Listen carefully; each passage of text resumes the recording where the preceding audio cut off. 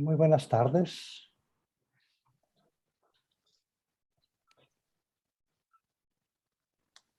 Entonces nos encontramos el día de hoy aquí en el B Coloquio. En esta instancia es un placer presentar a Felipe Linares del Instituto de Matemática Pura y Aplicada, quien nos hablará de propagación de regularidad de soluciones de ecuaciones dispersivas. Ok, muchísimas gracias, Luis, por la presentación y por la, por la invitación para hablar aquí en este coloquio.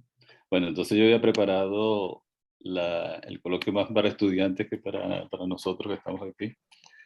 Entonces, el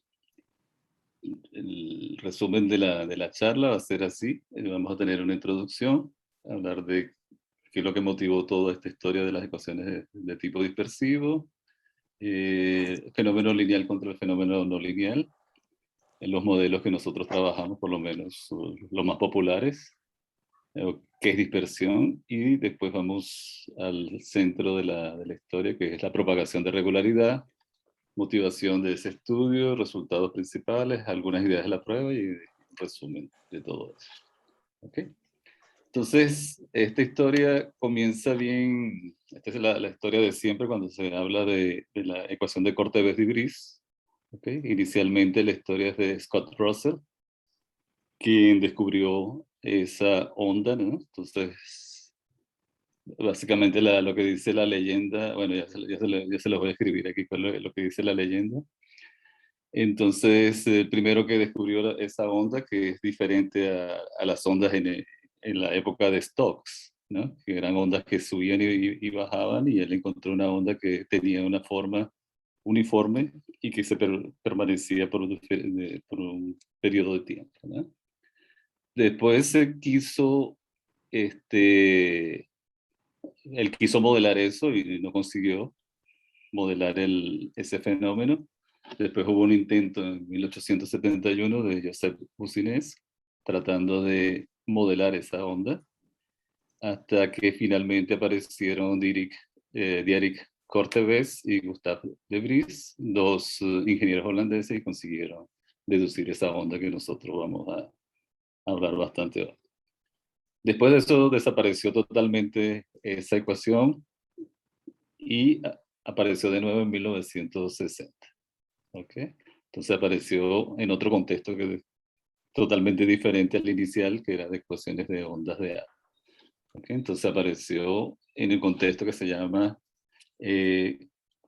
sistemas completamente integrables, y eso es lo que descubrieron Garner, Green, Kruskal y Müller. ¿Okay? Entonces, la leyenda dice que lo que observó Scott Russell y él escribió, ¿no? Entonces, lo que pasa es que en esa época de Scott Russell, en Glasgow, estaba lleno de la manera de transportar las mercaderías, todo eso, la mercancía, era a través de barcos. ¿Okay? Felipe, Y, disculpa sí, si me permito interrumpir. Aquí una observación es que tal vez podrías hacer la pantalla completa. ok, puedo hacerlo. Se ve un poco más reducida en la manera en que está ahorita. ¿Se ve mejor ahora? Excelente.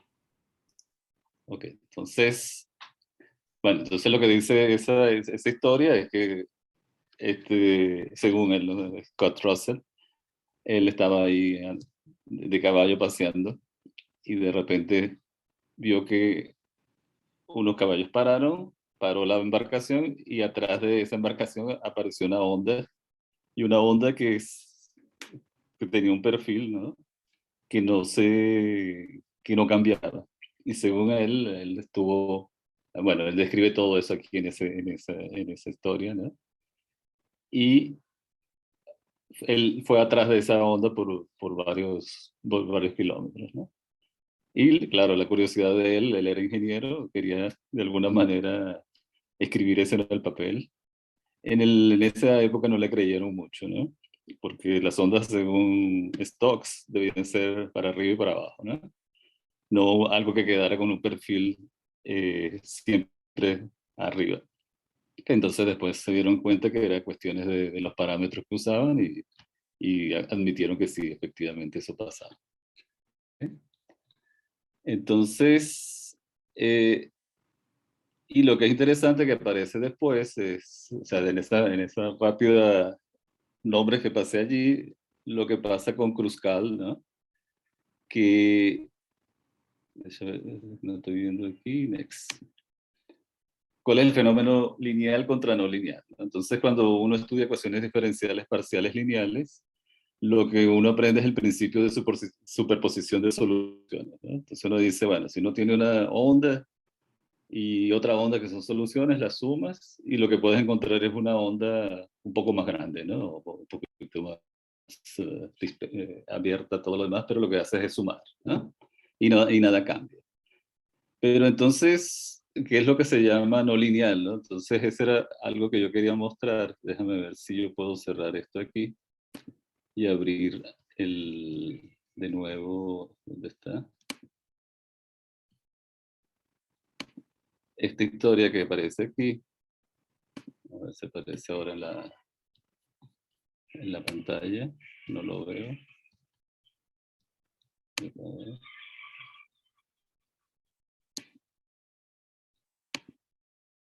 Sí, yo quiero share. Ahora no me lo quiere dejar. Ok, entonces, ¿qué es lo que uno espera, no?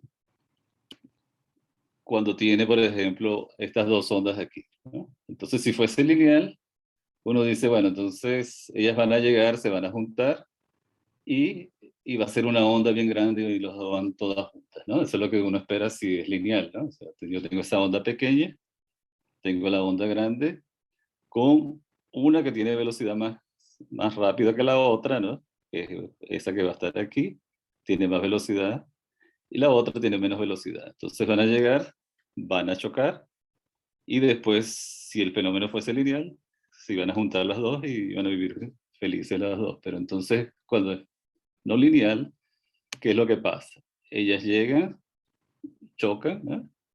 Y vuelven a recuperar la forma. ¿Okay? Y eso es lo que observa este equipo de investigación de Kruscal, ¿no? Que ese tipo de ondas satisfacen eso, ¿no? Entonces, claro, en comunicaciones ese es el sueño de consumo, ¿no? O sea, ahora realmente lo que se hace, tratar de colocar información en ondas de ese tipo, que se llaman solitones, ¿ok? Entonces eso es mucho más eficiente que tener las ondas que nosotros siempre tenemos usualmente, ¿no? Hay información arriba, se pierde un poco de información, se vuelve a ganar, pero entonces si uno pudiera colocar toda la información en un solito, ciertamente tendríamos mucho más información. Eso es lo que dice, eso fue lo que observaron esas personas y desde ese momento comenzaron a trabajar sobre este tipo de modelo, ¿no? Ok, entonces seguimos en nuestra charla. Vamos a parar y seguimos aquí. Entonces eso convence un poco, ¿no? De que es un fenómeno completamente no lineal, diferente del problema lineal, ¿no? Entonces aparecen muchos modelos de la misma familia, que son de ecuaciones de tipos dispersivos, y la ecuación que motivó toda esa historia, cómo escribirla, es esa que está aquí. ¿Okay? Entonces, ¿qué es lo que ella modela? Entonces, la propagación de ondas en un canal de aguas poco profundas, ¿no? Y esa B que tenemos aquí lo que hace es mostrar las onditas por fuera, ¿no? Lo que está encima del canal. ¿Okay? Entonces, en particular, aparecen ondas como esas que yo mostré ahora, que eran dos solitons. ¿Okay? En general aparece uno, que es una secante cuadrada. ¿Okay? Y acompañado con ese modelo, entonces aparece la propagación de agua, ¿no? Pero la ecuación de Corte-Bess-de-Vries también aparece en varias situaciones que no tienen nada que ver con la propagación de ondas en aguas pocas profundas. Entonces, hay una compañera de ella que siempre aparece que se llama la ecuación de Corte-Bess-de-Vries, la ecuación de Schrödinger cúbica, y esa ecuación ahora, la función U es una función compleja, ¿ok? ¿Y qué es lo que pasa? Bueno, entonces cuando uno va hacia la playa, ¿no? Entonces uno mira, por ejemplo, uno ve una onda, ¿ok? Después ve otra onda, después ve varias ondas, y lo que hace esta U es que describe el paquete total de las ondas, ¿no? O sea, todas las ondas que uno ve, entonces esa U, como es compleja, ¿no? O sea, está modelando tanto la parte de arriba como la parte de abajo si uno piensa en un plano, ¿no? ¿Okay? Entonces te da todo el paquete de ondas de agua que están relacionadas con una onda que hace la ecuación de Cortez-Briggs. ¿Okay? Entonces esta es la ecuación de ecuación cúbica que también aparece en muchas situaciones, pero en el caso unidimensional es exactamente eso, ¿no? Ella describe el paquete de ondas de estas que produce la ecuación de Cortez-Briggs. Otra ecuación que es famosa aquí entre estos modelos es la ecuación de Benjamin 1, o de Benjamin 1, y esta describe también propagación de ondas, pero de una manera diferente, ¿no? Entonces, uno puede pensar en aguas internas, ¿no? Entonces, las aguas internas, pues dependiendo de densidad, uno tiene una parte del agua que tiene una cierta densidad, a partir de un momento tiene otra densidad, y se crea una interfase. Entonces, esa interfase es descrita por esta ecuación que está aquí, donde este modelo, donde este objeto aquí se llama transformada de Hilbert y le da un carácter no local a esa ecuación diferencial parcial. ¿Okay? Entonces, esas tres ecuaciones son muy populares en el mundo de las ecuaciones de tipo dispersivos y tienen un significado físico. ¿Okay? Entonces, seguimos aquí.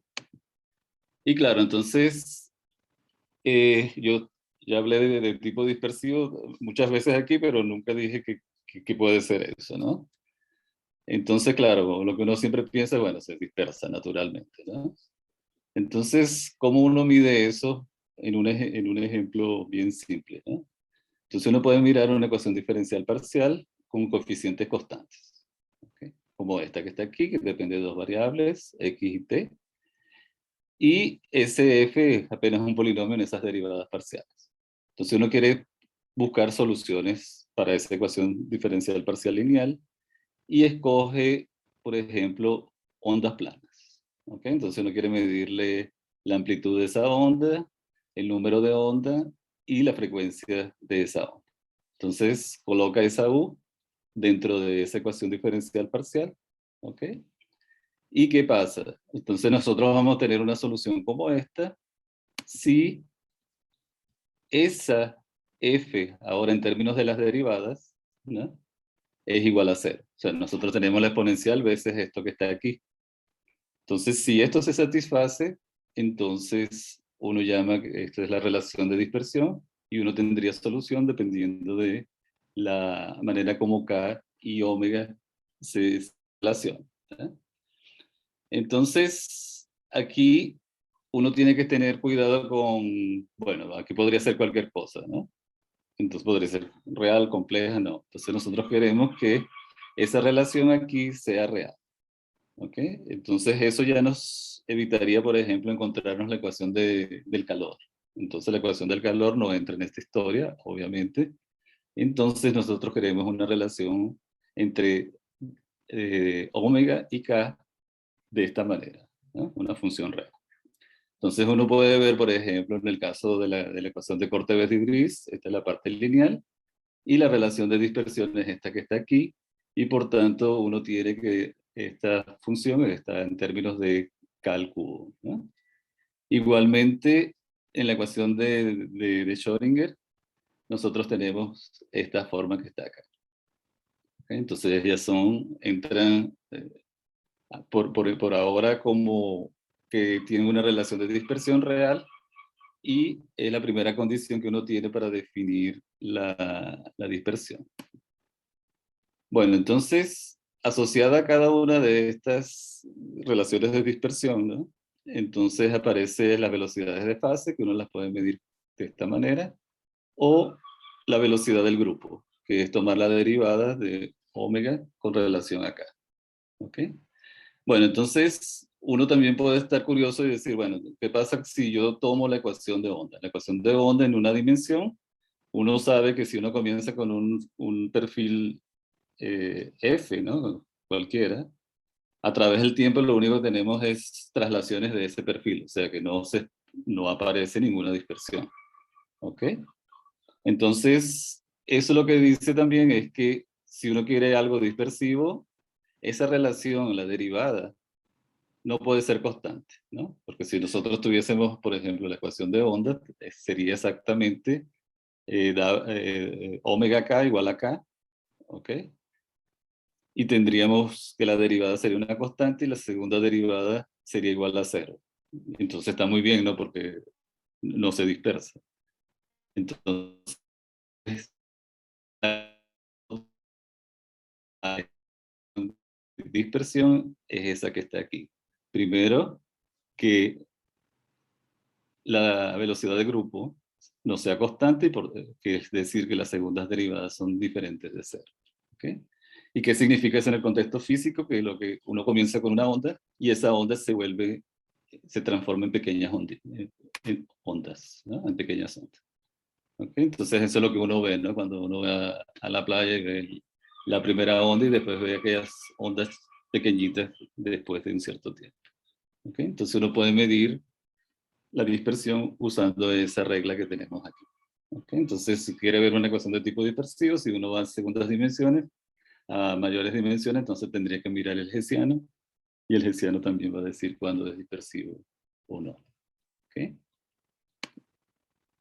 Bueno, entonces, en algún momento yo tengo que decir que nosotros trabajamos con el problema de valor inicial, y cuando se tratan ecuaciones de tipo dispersivo, entonces se coloca una condición a más en el buen planteamiento del problema, ¿no? O sea, nosotros tenemos existencia, tenemos unicidad y continua dependencia de los datos, ¿no? Esa es la definición usual. ¿Y qué es lo que pasa en general? Cuando nosotros tenemos problemas no lineales, algunas veces tenemos que comenzar con un espacio mayor que donde la solución se resuelve, ¿no? Donde encontramos solución. Entonces, en ecuaciones de tipo dispersivo, uno pide esta condición, ¿no? Que si uno comienza en un espacio funcional, ¿ok? X, entonces la solución describe una curva continua en ese espacio, ¿no? Entonces, siempre sería lo que uno quisiera en cualquier problema no lineal, pero eso no necesariamente es verdad. Entonces, en las ecuaciones de tipo dispersivo, nosotros pedimos eso, para tener buena colocación. Si esta propiedad se mantiene para tiempo pequeño, siempre, como siempre, decimos que el problema de valores iniciales es localmente bien planteado. Y si no, si vale para todo tiempo, entonces decimos que el problema de valor inicial es globalmente bien planteado. Ok, entonces, ¿cuáles son los espacios de funciones que es natural trabajar las ecuaciones de tipo dispersivo? Estamos en todas las dimensiones. Es este espacio que está aquí, el espacio de Sobolev, ¿ok? De base 2, que es el conjunto de las distribuciones temperadas, de tal manera que este peso contra la transformada de Fourier esté en L2. ¿Ok? Aquí esa es la transformada de Fourier, está dada de esta manera. Y claro, si uno quiere decir que estamos midiendo derivadas, lo que es natural es mirar este espacio, el espacio con derivadas hasta orden k, ¿ok? Y lo que se prueba es que efectivamente cuando estamos aquí, que son las derivadas, todas las derivadas hasta orden k de una función en L2 y todas las derivadas en L2, eso coincide con esta definición cuando S es igual a un entero. Entonces, por tanto, cuando uno se refiere a este espacio, siempre está pensando en la regularidad que existe para las soluciones del problema que estamos trabajando. ¿Ok? Sin necesariamente ser un entero. Ok, entonces uno de los problemas que se planteó por mucho tiempo fue este de cuál es la regularidad mínima, ¿ok? ¿Cuál es el espacio, el mayor espacio, ¿no? HS, donde uno puede probar que el problema está bien planteado. ¿Ok? Entonces, claro, hay maneras de cómo adivinar que esto sea verdad o cómo que no sea verdad, ¿no? Entonces, muchas veces es motivado por unas cantidades invariantes, ¿no? Que te dicen, bueno, tal vez en L2 está bien, tal vez en H1 está bien, Pero hay otros argumentos como un argumento de escala que te dice, bueno, lo que uno puede esperar es este valor de S, y cualquier cosa por arriba de ese S está bien, ¿no? Y claro, entonces el objetivo es procurar el mínimo S donde eso se realice. Okay. Entonces, una vez que uno tiene el planteamiento, la solución global, dice, bueno, entonces ahora yo quiero extender las soluciones locales globalmente. Entonces, para eso, uno puede usar estas cantidades que están aquí, que yo ya mencioné anteriormente, que uno podría salir con estas cantidades motivado. Yo digo, no, yo quiero hacerlo en L2, pero no necesariamente la escala te dice que uno puede probar el problema en L2. Pero, sin embargo, la ecuación de Cortez-Weisbris, o sea, no solamente tiene estas tres invariantes por el tiempo, sino que tiene infinitas invariantes por el tiempo, y ese es otra historia, ¿no? Que como la historia que yo les mostré, que Kruskal y compañía descubrieron que había estos multisolitones, ¿no? Entonces, ellos descubrieron también que la ecuación de las soluciones, la ecuación de Cortez-Weisbris tiene infinitas invariantes de este tipo, ¿no? Y ecuaciones que tienen esa propiedad se llaman completamente integrables. ¿Okay? Entonces, los tres ejemplos que yo les mostré anteriormente, o sea, por casualidad o porque son las cosas así, son modelos también completamente integrables. ¿Okay? Entonces, esa es otra different ballgame, ¿no? Entonces, aquí lo que estamos haciendo es EDT, y uno puede usar estas leyes de conservación, son llamadas leyes de conservación o entidades invariantes, para extender las soluciones locales globalmente. ¿Okay? Entonces ahí, claro, ahora hay más tecnología, y uno puede no solamente usar las leyes de conservación, sino otros métodos algebraicos para poder obtener soluciones globales. ¿Okay? Entonces, más ejemplos de eso, porque yo les hablé ahora apenas de una dimensión, pero hay ejemplos como la ecuación de Schrödinger no lineal en todo Rn. Claro, hace sentido cuando uno tiene dimensión 2 y 3. La ecuación de Sájarov-Kuznetsov, que uno podría decir que es una generalización de la KdV, pero aparece en diferentes contextos físicos. Y la ecuación de la Kp, que sí es una generalización de la KdV, en el sentido que yo dije anteriormente, ¿no? Que es propagación de ondas en aguas de poca profundidad. ¿Okay? Y tanto el símbolo más y menos, y aparece en otros contextos. Ok, entonces, perfecto. Bueno, entonces vamos a lo que yo quería hablar aquí. O sea, después de esa motivación larga, seguimos aquí motivando, y es lo siguiente, ¿no? Entonces vamos a tomar la ecuación de Cortez-Weisbris de nuevo, y ahora vamos a hacer un poquito más de análisis en el sentido de análisis de Fourier un poquito, y lo que sabemos de grupos, ¿no? Entonces, uno puede usar la transformada de Fourier y resolver esa ecuación diferencial parcial lineal, ¿okay? De esa manera. Entonces, uno tiene una solución que está dada de esa forma. Eso genera lo que se llama un grupo unitario. ¿En qué espacio? En el espacio HS. Y en HS nosotros tenemos que, o sea, es un grupo unitario, satisface esta condición. ¿Ok? Entonces, allí dice que si uno está aquí en este espacio, en HS' con S' mayor que S, entonces uno no puede estar más abajo, ¿no? Lo que pasa es que no estoy viendo aquí, que puse toda la pantalla, no estoy viendo lo que está abajo. Entonces, B no está... okay. Si uno comienza con esta condición, si yo no estoy aquí, yo no puedo estar mejor, ¿no? Eso es lo que dice esa condición. Entonces, esto es importante porque en los problemas no lineales, ¿no? Entonces, uno no puede esperar ser mejor que lo que dice esto, ¿no? Eso es lo que estoy diciendo aquí abajo. Si yo comienzo con 100 derivadas, termino con 100 derivadas. Yo no puedo terminar con 99, yo no quiero, porque yo quiero persistencia. Y tampoco puedo terminar con 101 porque eso rompe totalmente esta propiedad, ¿no? Entonces, cualquier cosa que pase con el problema no lineal tiene que respetar lo que pasa con el problema lineal. ¿Okay? Si tenemos tantas derivadas, vamos a tener derivadas, a menos que consideremos otro tipo de normas. ¿Okay? Entonces, por ejemplo, si uno tiene la ecuación de, ahora sí, la ecuación de Cortès-Bris, ¿okay? Entonces tenemos el problema de valor inicial.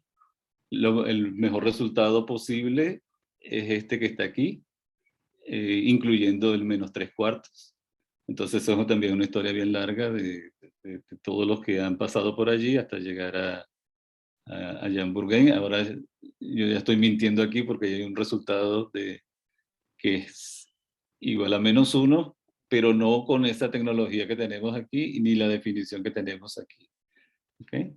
Entonces, con la definición que tenemos aquí de buena colocación, de buen planteamiento, es S0 -3/4.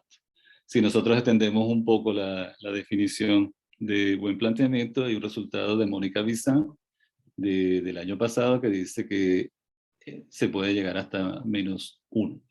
¿Okay? Entonces esa es la historia de competir hasta ver hasta cuál es el menor índice, aunque físicamente no tenga mucho sentido, ¿no? ¿Okay? Entonces, ¿qué es lo que nosotros tenemos aquí? Entonces dice que es suave para cualquier T, entonces si estamos aquí, nosotros no podemos estar, si estamos aquí con esto, que no está más arriba, ¿no? Entonces el problema lineal tampoco puede estar, no lineal puede estar más arriba de eso. ¿Ok? Nosotros tenemos que respetar lo que dice el problema lineal. ¿No? ¿Ok? Bueno, entonces aparecen cosas como la siguiente, ¿no? Cuando uno quiere resolver el problema, ¿no? Volvemos aquí atrás. Tenemos algo que es grave, ¿no? Que si uno quisiera resolver el problema en L2, entonces esto que está aquí no tiene ningún sentido. ¿Okay? Entonces, la derivada de algo que está en L2, eso es una distribución, y entonces habría un producto aquí de cosas que serían distribuciones, entonces sería algo muy sospechoso, ¿no? Entonces, de alguna manera, uno trata de recuperar, o sea, lo que se llama aquí, esto es una pérdida de derivadas, ¿ok? Si uno comienza con tantas derivadas aquí está muy bien, ¿no? Le colocas todas las derivadas, pero entonces aquí va a aparecer una derivada a más, ¿ok? Y esa no se controla usando lo que usamos anteriormente, que era apenas que el grupo era unitario. ¿Okay? Sin embargo, para poder, o sea, una manera de tratar de quitarse esa pérdida de derivadas es introduciendo lo que introdujo Toshio Kato, que era los efectos regularizantes, ¿no? Y las ecuaciones de tipo dispersivo tienen esa propiedad que es una propiedad intrínseca. Entonces, por ejemplo, mira los detalles, que es la solución del problema inicial, ¿no? Lineal. Entonces, lo que aparece aquí es la convolución de una función que se llama la función de Airy con el dato inicial, ¿no? O sea, reescribimos todo lo que teníamos anteriormente y aparece una integral oscilatoria. ¿Okay? Entonces, esa integral oscilatoria, entonces es de bastante un problema con mucho pie en el análisis armónico, ¿no? Entonces, gente que se dedica a entender este tipo de ecuaciones de integrales oscilatorias. Bueno, por casualidad esta que está aquí, a pesar que uno no la puede resolver explícitamente, conoce muchas propiedades. Entonces, en particular, conoce que ella decae exponencialmente. ¿Okay? Y pero no es tan bonita como uno piensa, ¿no? Decae exponencialmente, está bien. No, él decae exponencialmente de un lado. Y de otro lado, oscila como una loca, ¿no? O sea, oscila muchísimo, oscila así locamente, ¿no? Y, y ahí es donde hay muchos problemas. Pero en general, uno puede eh, eh, hacer esto, ¿no? O sea, se comporta bastante bien. ¿Ok? Entonces el problema es cuando uno quiere una foto más cerca, ¿no? Y aparecen esas oscilaciones. Ok, entonces una de las estimaciones que también son muy populares ahora en varias, no solamente en ecuaciones de tipo dispersivo, pero también en ecuaciones hiperbólicas también, son las estimaciones de Strickers, ¿no? Y ese es el primer efecto regularizante que aparece, ¿no? Entonces, ¿qué quiere decir efecto regularizante en este sentido? Entonces, para soluciones de la ecuación de KdV, si uno comienza en L2, un dato inicial en L2, dice que la solución gana derivadas, ¿no? Gana derivadas, pero no gana derivadas en L2 ni en HS, sino en estos espacios que son primero integrando en X y después integrando en el tiempo. ¿Ok? Entonces, esa es una propiedad así intrínseca de las ecuaciones de tipo dispersivo. Entonces, uno gana una cierta regularidad y esa regularidad nos ayuda a entender problemas no lineales. ¿Ok? Entonces se consigue, por ejemplo, un número de derivadas que aquí, pensando en transformada de Fourier, ¿no? Esto nos dice que tenemos ganancia de un cuarto de derivada en ese espacio. ¿Ok? Entonces ese espacio no tiene conexión con HS y por lo tanto no estamos violando nada de lo que yo mencioné anteriormente. También tiene una propiedad como esta que también es muy útil en, en el análisis del problema no lineal, ¿no? Y esas estimaciones fueron probadas por Carlos Koenig, Gustavo Ponce y Luis Borges. Ok, entonces la siguiente manera que fue el efecto regularizante de Kato, una que es bien simple, ¿no? Es la siguiente observación. Uno tiene la ecuación diferencial parcial, como la que inicialmente, y Kato hace lo siguiente. Él toma una función que es infinito, creciente, positiva, con derivada con soporte compacto en R, la derivada positiva, y lo que hace es que toma esa ecuación diferencial parcial, voy a decir aquí, esta que está aquí, y la multiplica por u veces la función es aquí que coloca Kato. Entonces, cuando uno hace eso, bueno, entonces esto se llama estimaciones de energía, ¿no? De alguna manera. Y hace la primera cuenta, ¿no? Y aquí observa, la observación es la observación siguiente, ¿no? Uno tiene aquí, esta sería la L2 contra esto que está aquí. Tienes una derivada, que es sospechoso si uno está comenzando en L2, ¿no? Aquí está L2, aquí está U3, ¿no? Entonces, si uno no mira este problema, esta parte de aquí, digamos, vamos a olvidarnos de eso un poquito. Ustedes pueden observar es que, a pesar que yo estoy aquí en L2, entonces, yo tengo una derivada aquí en U, ¿ok? Y eso es una observación que se hace, ¿no? Y es lo que Cato observó primera vez, es que realmente, si uno comienza en L2, entonces la derivada de U está en L2, pero aquí en este cubito, ¿no?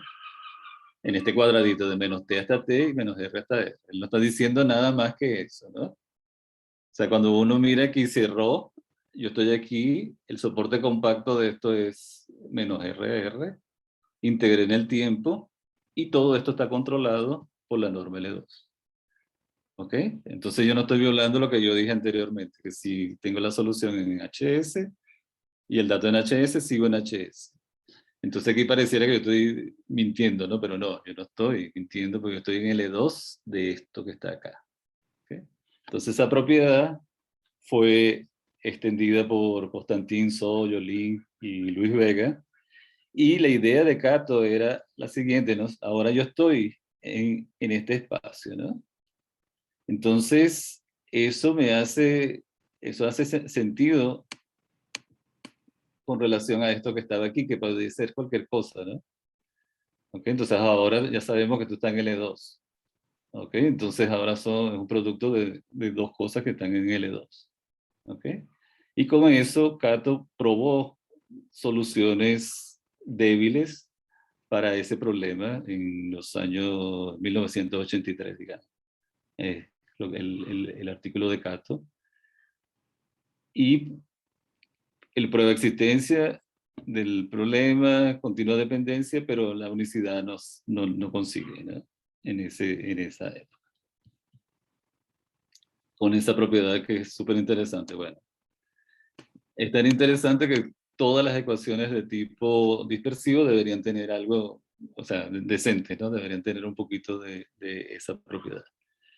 Y se puede hacer mucho más, ¿no? Que fue lo que hicieron Kenny, Pons y Vega después, probando que en la verdad uno gana una derivada, pero tiene que tener cuidado, ¿no? Aquí estamos cambiando t y y, ¿no? Entonces, en la verdad, lo que tenemos es una norma del infinito en x y L2 en el tiempo. ¿Ok? Entonces, si uno tiene el problema el problema lineal, uno gana una derivada en esa norma que no es HS. Y todavía más, ¿no? O sea, si uno mira el problema, está mirando el problema homogéneo, y si uno mira el problema no homogéneo de la corte Bess-Divris, entonces consigue mucho más que eso. Consigue duplicar el número de derivadas en ese espacio. ¿Ok? Entonces eso es importante de nuevo insistir que ese espacio no es un espacio HS. ¿Ok? Y por tanto no estamos violando la regularidad que nosotros estamos en que queremos trabajar. ¿Ok? Pero sí nos ayuda a recuperar las derivadas. ¿Ok? Entonces eso es la motivación de efectos regularizantes de ese tipo, ¿no? Ahora, ¿qué pasa si uno coloca, o sea, lo que hizo Cato fue hacer esto, ¿no?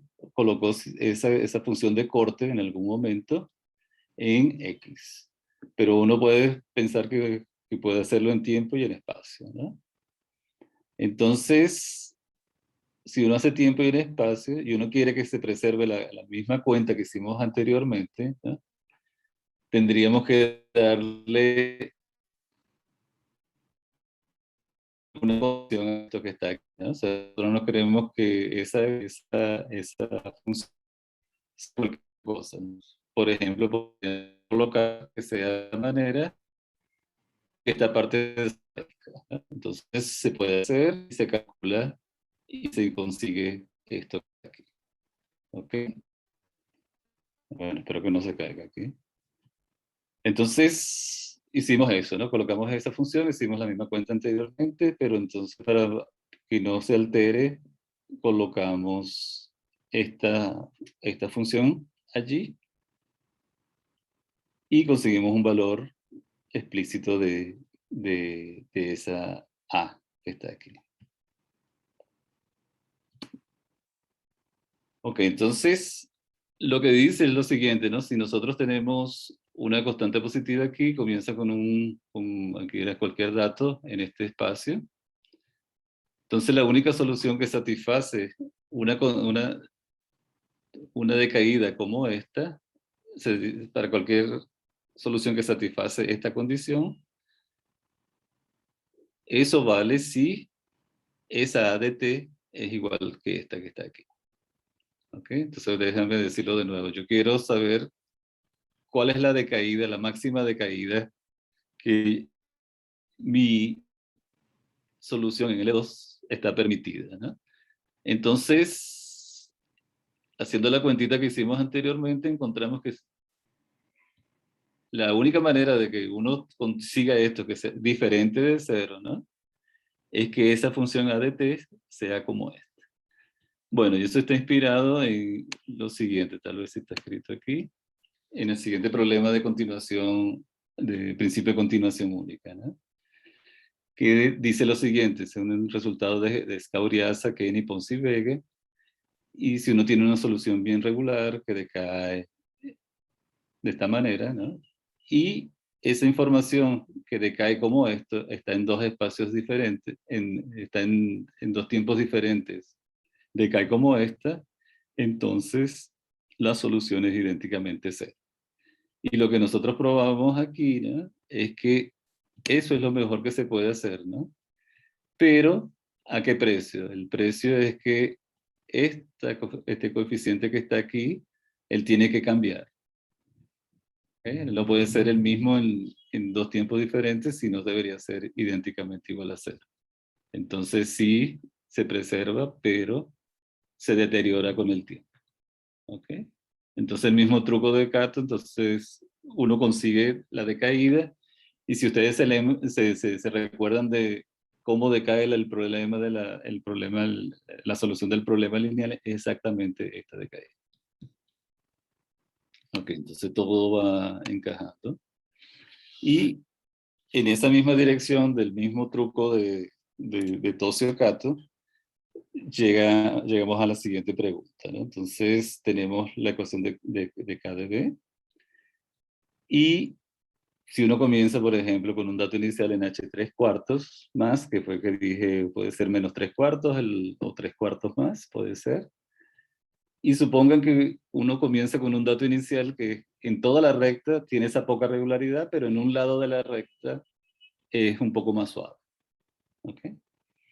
Entonces, una pregunta que es natural dice, bueno, y si yo le pongo toda esa regularidad en un lado, ¿será que eso de alguna manera aparece reflejado en la solución del problema? Bueno, entonces sí, ¿no? Y esa regularidad pasa a la solución. Entonces, de nuevo, ¿no? O sea, nosotros no estamos violando, o sea, comenzamos con esto que está aquí y vamos a obtener una mejor regularidad. Pero esa mejor regularidad va a ser de nuevo en un intervalo grande y abierto. ¿Ok? No podemos decir que la va a generar en toda la recta. ¿Ok? Porque si no, contradecimos lo que estamos hablando anteriormente. Pero sí es un fenómeno bien interesante, ¿no? Porque yo estaba aquí con poca regularidad, pero ese dato en esa parte aquí es más suave. Y eso se refleja en la solución. Entonces se refleja como. Entonces, este es un resultado así que ustedes pueden ignorarlo. Y lo único es para decir que yo tengo una solución y esa solución vive en ese espacio. ¿Okay? Entonces tienes propiedades como los espacios de Strikers, el efecto regularizante y todavía algo que se llama la función máxima. ¿Okay? Entonces, si uno tiene todo eso, ¿qué pasa? Pasa lo siguiente. Entonces, un resultado con Pedro Isace, con Gustavo Ponce. Si uno comienza con un dato inicial aquí y suponga que en este pedazo, a partir de x0 hasta adelante, esto es más suave, ¿no? Yo gano algunas derivadas. Dígame. Parece ser que hubo un ruido Sí, involuntario sí. de alguien. Okay. Entonces, miren lo que pasa. Yo gano las derivadas a partir de un cierto momento, ¿no? O sea, yo me estoy desplazando hacia la izquierda, ¿no? Porque hay una evolución en el tiempo, ¿ok? Y estoy ganando todas las derivadas del dato inicial en esa región de la recta, ¿ok? Entonces, esto, claro, esto funciona a partir de ese número hasta infinito, ¿ok?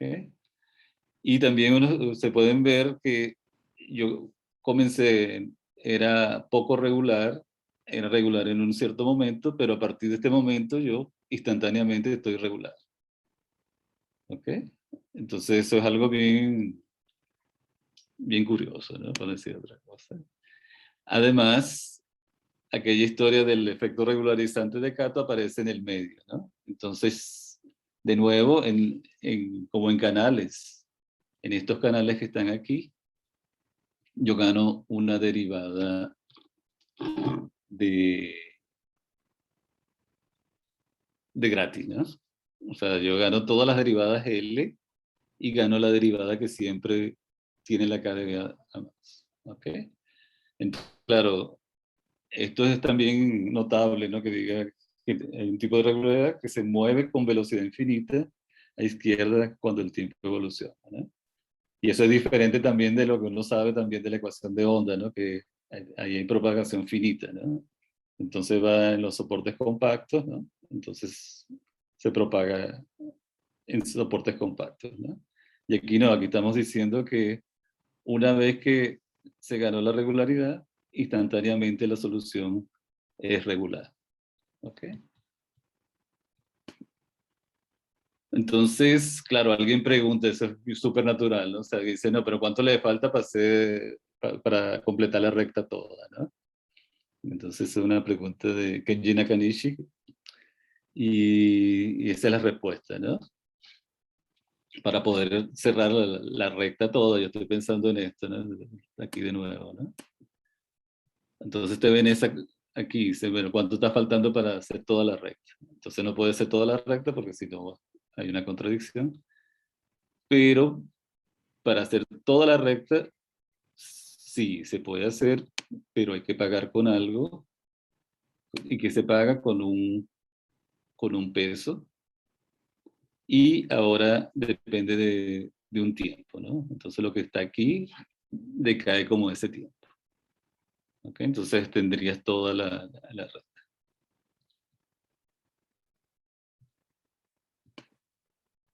Ok, entonces también uno puede hacer lo siguiente, ¿no? O sea, derivadas y decaídas, cuando uno los mira en términos de transformada de Fourier, ellos son equivalentes, ¿no? Si uno tiene polinomios, eso significa que hay derivadas de la transformada de Fourier, o si hay derivadas de la transformada de Fourier, entonces esos son polinomios, ¿no?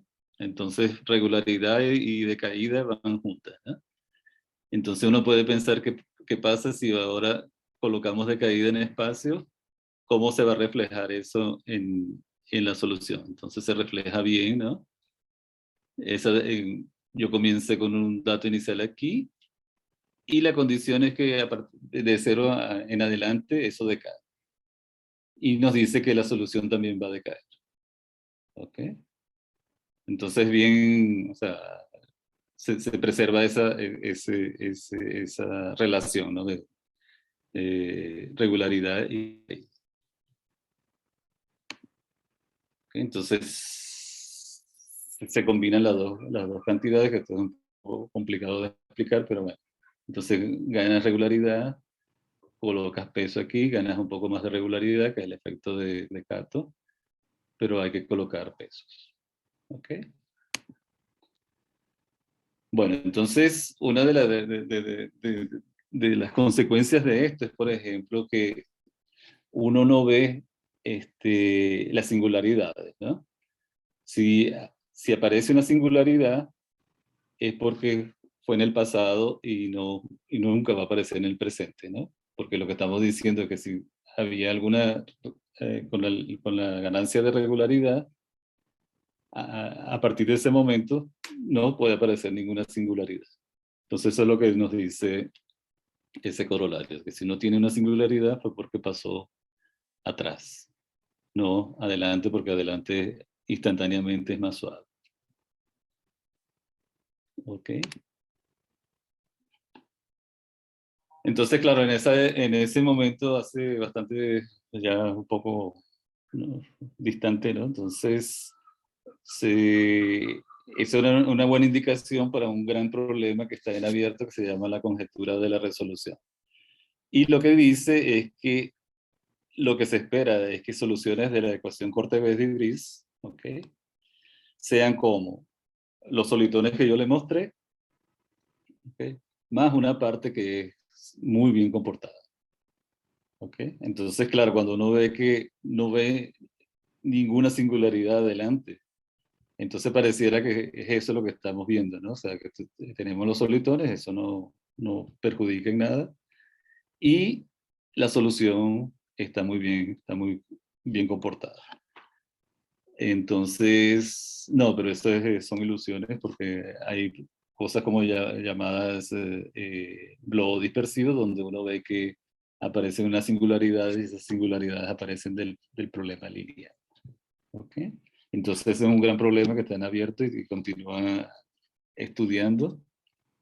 Ya hay resultados, por ejemplo, para la ecuación de onda en 3 dimensiones y para otros modelos. Ok, entonces seguimos aquí. Y bueno, le voy a dar una idea rápida de la prueba, y es básicamente seguir lo que hizo Cato, ¿no? O sea, vamos a hacer estimaciones de energía de manera ahora más sistemática con los pesos bien escogidos, ¿no? Entonces, esto no importa mucho, importa cuando estamos haciendo la cuenta. Y lo que se hace es exactamente seguir lo que dice Cato. Entonces, multiplicamos, esto está bien, ¿no? Esto es lo que nos ganamos. Y lo que queremos es que todo sea una derivada, ¿no? Yo comencé en L2 y ahora quiero que sea que todo mundo tenga una derivada. Entonces tendría que, de alguna manera, estimar esta parte y esta parte, y que todo quede, o sea, después de usar un Gronwall adecuado, todo termine en estas dos normas que están aquí. ¿Ok? Y entonces, claro, ahí uno va cada una de las situaciones que tiene, usa todas las estimaciones que el problema de valor inicial nos está dando, la manera que estamos escogiendo los datos iniciales y el peso inicial. ¿Okay?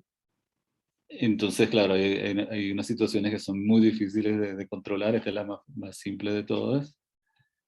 Aparece esto que está aquí, esto va a ser una norma de Stricker en algún momento, esto también va a ser una norma de Strickers.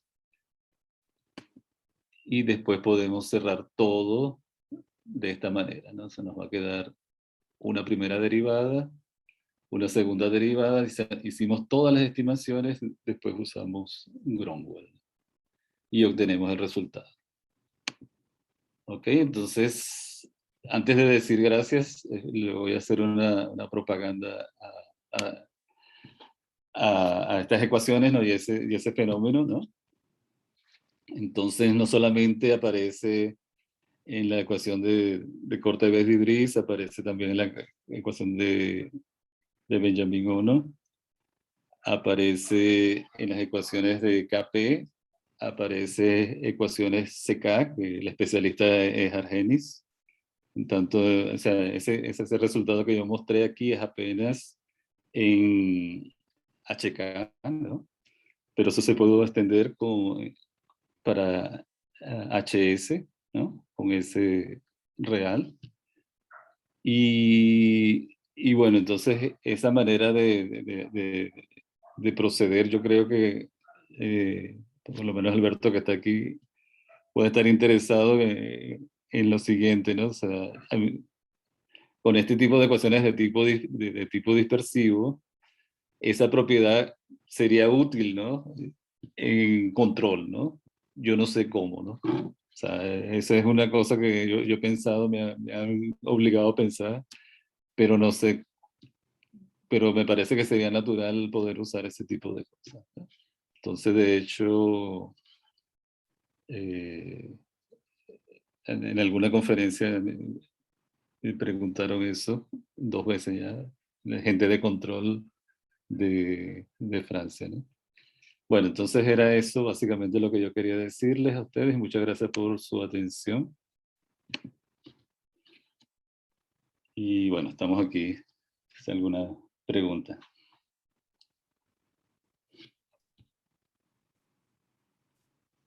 Muchas gracias, Felipe. No sé si tengan preguntas para él.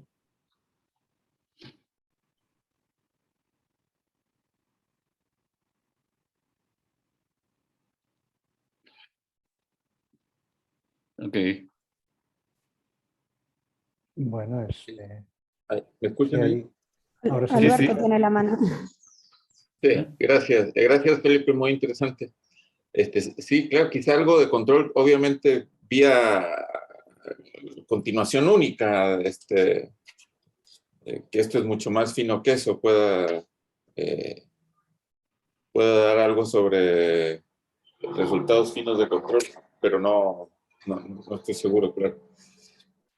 Sí, no, a mí me preguntó Binju Zhang Lebo, ¿no? Eh, o sea, para ellos le parece que hay algo hay que sacar de ahí, ¿no? Pero realmente no. O Lionel también, ¿no? Lionel Rosé, porque ayudaría de alguna manera, ¿no? O sea, por lo menos en la parte dispersiva, ¿no? En ecuaciones dispersivas. Sí, sí, muy interesante. Oye, otra cosa, por curiosidad, el S0 óptimo que mencionaste, que era de -3/4, dijiste que cambiando la definición se cambiaba a -1, si usabas otra definición de bien puesto, ¿no? Sí, sí. Sí, ¿Qué cambia ahí, en resumen? porque lo haces eso cambia. Tienes que cambiar toda la manera de decir cómo es que la continua dependencia se hace, ¿no? Porque lo hacen vía inverso, ¿cómo se llama? Scattering inverso. Entonces, cuando haces eso, que es un sistema completamente integrable, tienes existencia de soluciones. Pero la estabilidad sí, de los datos iniciales no era clara, ¿no? Por eso es que no funcionaba como una buena arma para trabajar las ecuaciones diferenciales parciales. Una vez que tú cambiabas los datos, entonces no era claro que las soluciones esas que se consiguen algebraicamente se comportan bien, ¿no? Entonces hay que hacer una definición para que la continua dependencia valga, ¿no? Eso es entonces no te la digo porque es bien complicada, como lo hace todos con difiomorfismo y esas cosas que yo no manejo mucho, ¿no? Para poder hacer esta definición y que haya estabilidad de los datos iniciales y la solución. ¿Ok? Y eso fue por Bizan y su esposo que se llama Kilip. Muy bien. Gracias. Nada.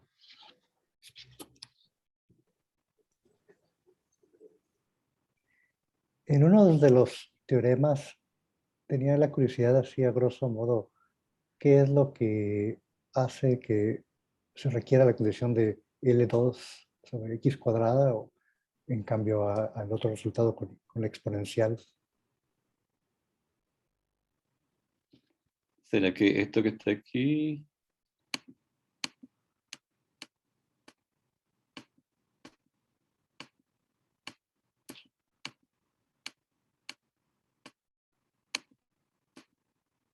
¿Este? Sí. Sí, entonces lo que uno quiere medir es, o sea, hay resultados de este que está aquí. Entonces vamos a ponerlo al revés, ¿no? Entonces, este es un ejemplo de continuación única, una manera de continuación única asintótica. Entonces él dice así, yo tengo una solución que en el tiempo cero decae como esa exponencial. Y en tiempo 1 también decae como esa exponencial. Entonces uno quiere saber qué pasa entre 0 y 1, ¿no? Entonces lo que te dice es que la única manera de que uno comience decayendo exponencialmente y termine decayendo exponencialmente es que U sea idénticamente igual a 0 si uno coloca siempre esa constante aquí. ¿Ok? Entonces tienes dos tiempos y en el medio se anula. ¿Ok? Ese es un principio de continuación única. Y lo que nosotros decimos es, ¿qué pasa si uno coloca una función aquí? Si se puede mantener eso, ¿no? Entonces, la respuesta es sí. Pero no puede ser con ADT constante, porque si es ADT constante, estaríamos en el principio de continuación única que nos dice que es 0. Entonces vas de un tiempo a otro, pero esto se ve, es una función que ya no es el mismo, la misma tasa de decaimiento, ¿no? Esa es la diferencia, ¿no? O sea, si tuvieras la misma, igualita en los dos lados, es idénticamente igual a 0. Si haces un poco, decae, la función esta se modifica un poco, entonces puedes llegar al otro lado, salvo, pero deteriorándose el coeficiente que está aquí. ¿Ok? Eso es lo que dice ese resultado. Entonces, por eso es que el resultado de Escuriaza, Kenny, Ponce y Vegas es óptimo en ese sentido. ¿Está bien eso, Luis? Sí, muchas gracias. No sé si tenga alguna otra pregunta.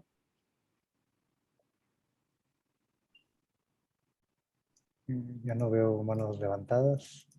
Tal vez podemos agradecer de nuevo al expositor.